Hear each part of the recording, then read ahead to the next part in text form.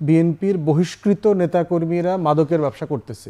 এই ধরে একটু একটু জানতে চাইবো, এই যেটি আমরা নিয়ে একটু কথা বলছিলাম যে পুলিশিংটা হচ্ছে না বা আইন শৃঙ্খলা বাহিনী গ্রেফতার করছে না, এটির একটি কারণ সেই হুকুমদাতা কিনা, যেটি আবার বললো হুকুমদাতাদের তথ্য যাচ্ছে না। না দেখেন, একটা বিষয় আপা কারেক্টলি বলেছে, আমি বিভিন্ন জায়গায় বলেছি যে দল আকারে বিএনপির নেতাকর্মীরা যদি চাঁদাবাজি করে, গুন্ডামি করে, শয়তানি করে, একটা দলের প্রধান কি করতে পারবে? সর্বোচ্চ তাকে বহিষ্কার করতে পারবে, পথ খায় ফেলতে পারবে।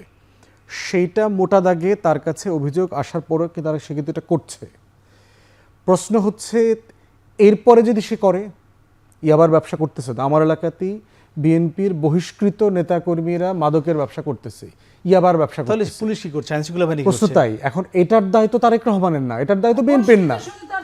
তাহলে আইন শৃঙ্খলা বাহিনী কেন গ্রেফতার করছে না? প্রশ্ন হচ্ছে এটা আমিও পুলিশকে ইনফরমেশন দিয়েছি। থানা ঘেরাও হচ্ছে এর কারণে নাকি? পুলিশের একটা বড় কারণ হচ্ছে যে পুলিশের একটা অংশ এই মাদক ব্যবসার সাথে জড়িত, পুলিশের একটা অংশ এই মহেন্দ্র টাকা পায়, পুলিশের একটা অংশ এই বালুর ব্যবসার টাকা পায়, পুলিশের একটা অংশ অবৈধভাবে মাটি কাটার টাকা পাইতেছে।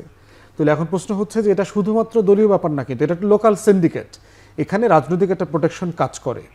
দ্বিতীয় একটা বিষয় হচ্ছে যে পুলিশের একটা বিশাল অংশ এখনও নিষ্ক্রিয়। আপা আসবেন, যদি ফিরে আসেন তাহলে কি হবে?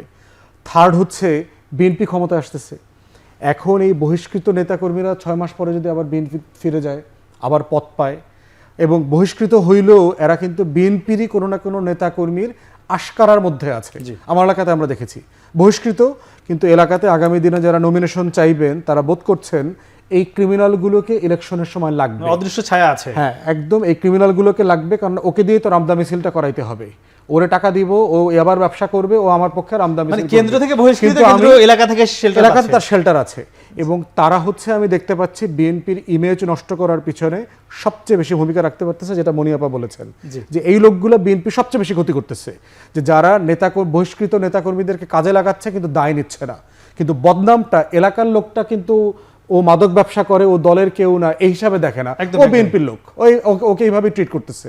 জি জি, আমরা বুঝতে পারছি।